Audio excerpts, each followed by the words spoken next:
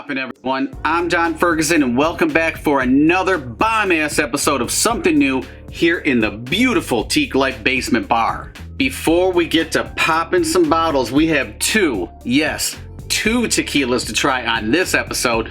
Let's give a shout out to our digital media partners. Tequila and Spirits Magazine, where you can get a free digital magazine subscription. Hashtag Find the Bird. Go over to Instagram, check what that's about. And because when we're drinking, we have to, or should, stay hydrated, dope water. Be dope, okay? Be dope. You ready for some double tequila time? Well, El Hijo de Mis Amores. Yes, thank you, Rosetta Stone. Totally thought I was gonna butcher that. Man, I'm good. This is a very new tequila. So new, in fact, we couldn't even find a lot of information about it, but we're gonna pop these bottles and taste and tell you what the name means. Let's roll it. Boom.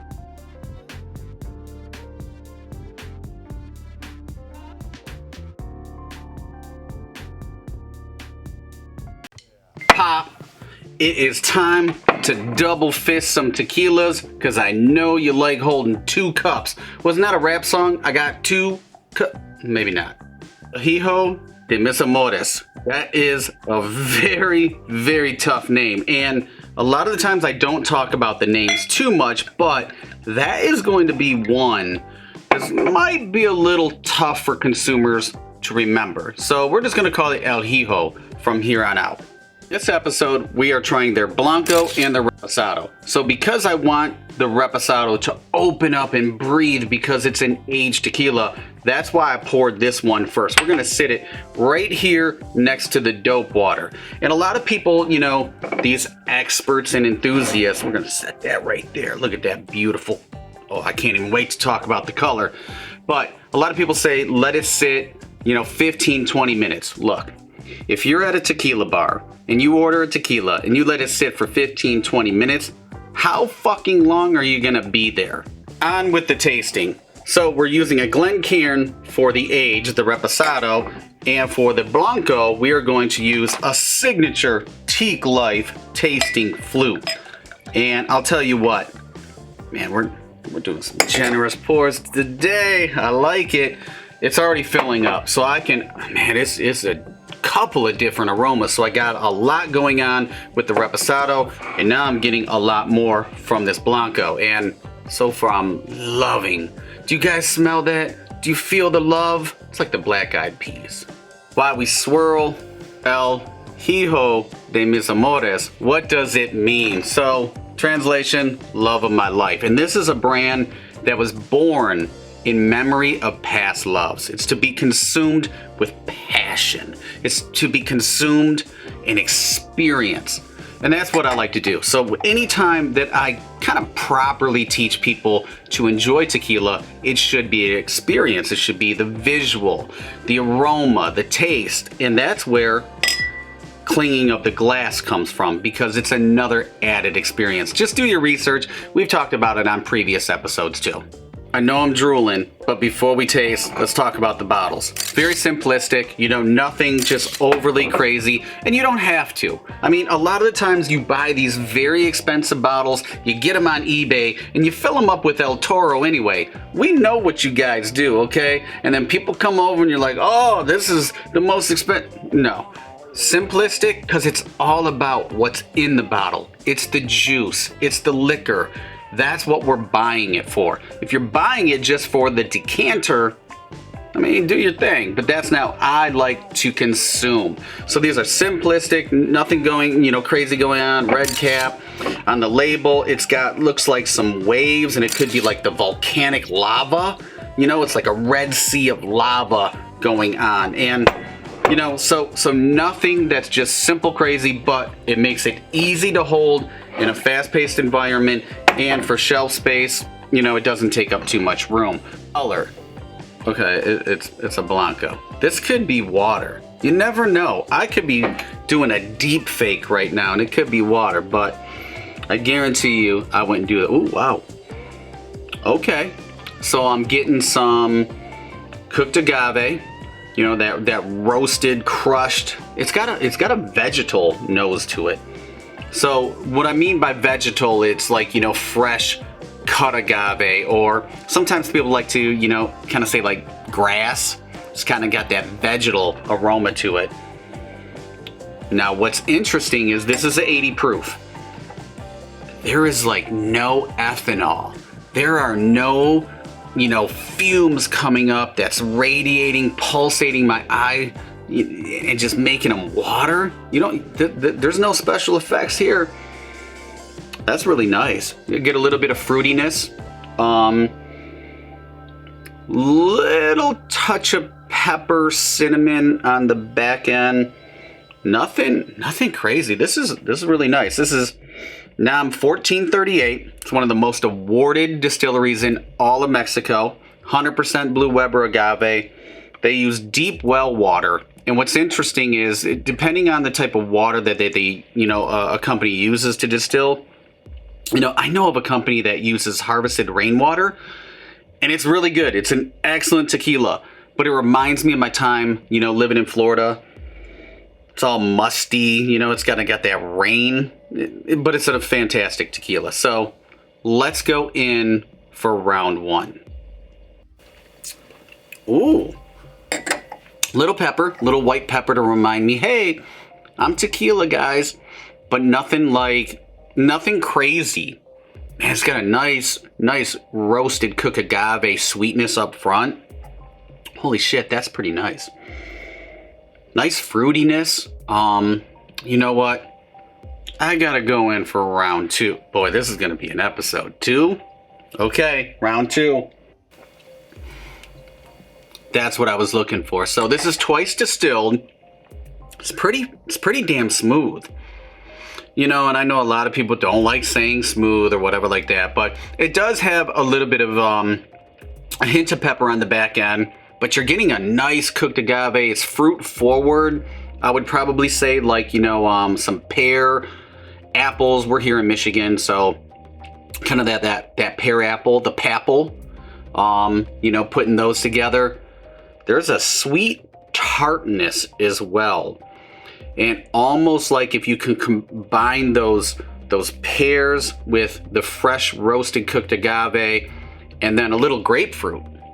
This is actually pretty nice. Nice botanicals. I mean, the grassy or the vegetal, I'm getting a little bit of that, but I got it more on the nose. So let's go round 3 and just finalize this one. Oh, that's a nice sipping Blanco, honestly. Holy shit. It's a hint of white pepper on the back end, but that sweetness coming forward, and it's not artificial. It's nothing that just seems manufactured whatsoever.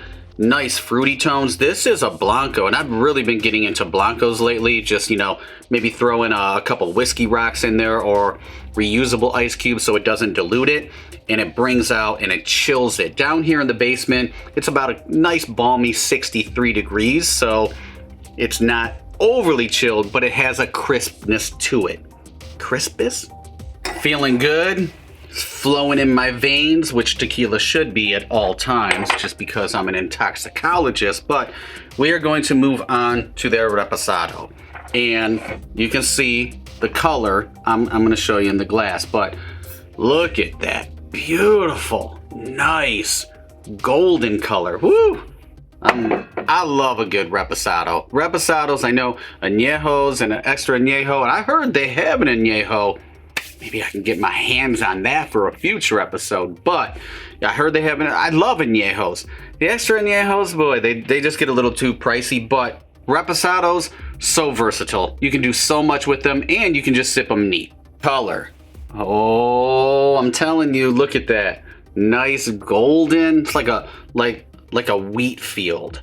It's like, remember, you ever gone to a flea market and it's gold on a roll, and it's not, you know, it's that light gold. This is light gold. This is a beautiful, like, honestly, this is absolutely beautiful. You got the tears just streaming down. It's like a coated curtain. Boy, I'm telling you, this could be a game changer right now. So let's go in. Oh, wait a minute. Let's talk about the aging. It's aged at least 6 months in one time used Tennessee whiskey barrels. Only one time use, ship them off to the distillery, and boom. I don't know the level of char, so looking at the color of this, I would say this is probably a very light char. I don't know if they're recharred, I don't know if they're toasted, but that will change the flavor profile, the characteristics of a tequila or whatever's housed in them. So with it being this light a color, it's probably, you know, a medium to light char. So let's do round one. Ooh, that's even sweeter. It has like a honey sweetness coming up. I get a little bit of those wood tones from it. So I'm getting that oak. I'm not getting, holy shit, I'm not getting a lot of pepper, heat, spice, cinnamon on the back end, whatever you want to call it. I'm not getting a lot of that. This is actually it's pretty damn nice. Nice honey sweetness up front, so you're getting that roasted cooked agave, which is phenomenal. Yeah, I jumped the gun. I should have nosed it first, but I was excited. Okay, I love a good aged tequila, but you know, I'm picking up some wood, I'm picking up roasted agave. Extremely smooth. There is nothing as far as, you know, the ethanol or alcohol vapors coming up that's gonna, you know, drop kick you in the pupil. No, you ever do that? You ever know something? I don't know if people do that, but you ever smell something or you go to drink something and it's just like fumes, like you're at the gas station? Nothing going on here like that. So let's just go to round two. Oh my gosh. Wow, that's surprising. Like, I'm not trying to diss a brand or anything like that, but when I get a brand that I've never heard of, brand new to the market, not even a lot of information out there, and I find out this is a really, really good sipping tequila as far as an age, at least 6 months, Tennessee whiskey barrels, and you don't get that heat, that pepper from an overchar, and sometimes that can happen. They can overchar those barrels. Nothing like that going on here. This is actually very elegant. It's beautiful in color. The aromas are fantastic, very light, very smooth. This is a very palatable tequila. So as I go in for number 3, I have to say, boom, Teak Life approved. I really like both of these. This is something that I would absolutely sip on its own. And if you are somebody that wants a nice Blanco tequila just to throw, you know, some ice cubes in. I don't prefer ice cubes, but you do you, okay? And maybe just a splash of pineapple juice or, you know, maybe orange, a squeeze, something like that. It's hitting. This one is hitting. The Reposado, holy shit. Is it the weekend? I think it should be the weekend because I can drink about 18 more of these. So let's go to number 3. Yeah, so that third one, whew, you know, I'm getting a little tiny bit of caramel. I'm getting those wood tones, nice sweetness. It's like a very nice, not overly sweet, not artificially sweet in my book. Just a nice sweetness up front, very smooth and rounded out on the back end. It is extremely, extremely nice. Like, should I do number 4? 4? Oh my God, that's good. This is a brand I would absolutely sip all day long, both of them. Remember, they got an añejo. So here's my recommendation.